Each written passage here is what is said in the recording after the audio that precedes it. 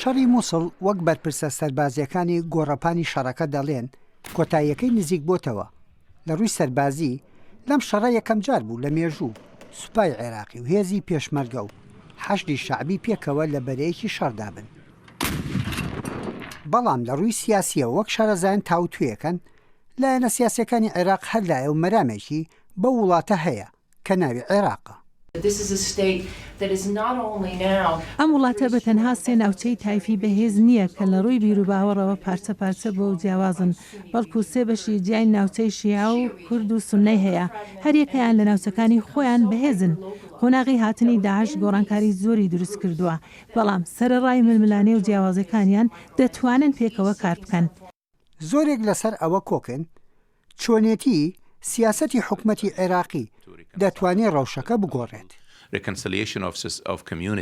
پێویست بە ئاشتەوایی هەیە لەسەر ئاسی نێوخۆ. ئاشتەوایی نێو کۆمەلگە زۆر گرنگترە لە ئاشتەوایی سیاسی. یەکێک لە گرفتەکانی ئاشتەوایی لە عێراقدا لەلایەن حکومەتەوە کاری لەسەر کراوە کە خۆی بەشێکە لە دروستکردنی دابەشبوون.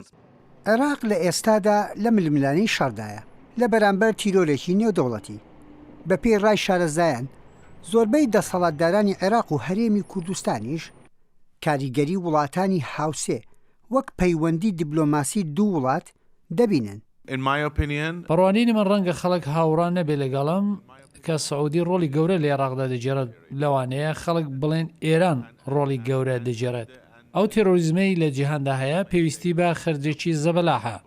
تا ئێستا ناوەندەکانی لێکۆڵینەوە و چاودێران و ڕۆژنامەوانان نانتوانیوە دڵنیان بکەنەوە لە دۆسیەی دابینکردنی دارایی کە لە پشتی ئەو گروپە تێرۆریستانەیە. ئیتر هەر لێکدانەوەیکی دیکە دوای سەقامگیری سیاسی خۆیان سەر هەڵ ئەدەن. جێرانی ڕۆڵی دەرەکی و سەرێکی بە پێی ناوچەکانی عێراق جیاوازیان هەیە. ئێران لە زۆر بەشی عێراق ڕۆڵ دەژێڕێ، بە تایبەتی لە بەغدای پایتەخت. تورکیا لە کوردستان ڕۆڵی زیاترە لە چاو ئێران، هەرچەندە ئێران لەو ناوچانە هاوپەیمانی هەیە. ئەمریکا لەسەر ئاستی فەرمی ڕۆڵی هەیە، بەڵام ناتوانن بیخەمەوە قاڵبەی کێبڕکێ لەگەڵ ئێران و سعودیا کە ڕۆڵی کارا دەژێڕن. هەردوو لایەن عێراقێکی لاواز دەخوازن. لە دوای نەمانی داعش ئایا عێراق بەرگەی ئەو هەموو تەوژمە سیاسیە و شەڕی بەرژەوەندیە دەگرێت کە ناوچەکەی گرتوێتەوە؟ هێندێک گروپەن لە هێندێک وڵاتدا کە نایانەوێت ئەزمموی عێراقێکی فێدرال و دیموکرات لە خۆرهەڵاتی ناوەڕاستدا سەرکەوتوو بێت. شەڕی داعش هێشتا کۆتایی نەهاتووە. بەرژەوەندی سیاسی و ئەجەندای وڵاتانی ناوچەی و زلهێزان لە دەوری وڵاتێکە کە ناوی عێراقە. وڵاتەکەش دیمەنی سیاسی و شەڕ و شۆڕەکانی گەواهی ئەوە دەدەن کە چەندێک درازاوە. یەحیا بەرزنجی دەنگی ئەمریکا، واشنگتن.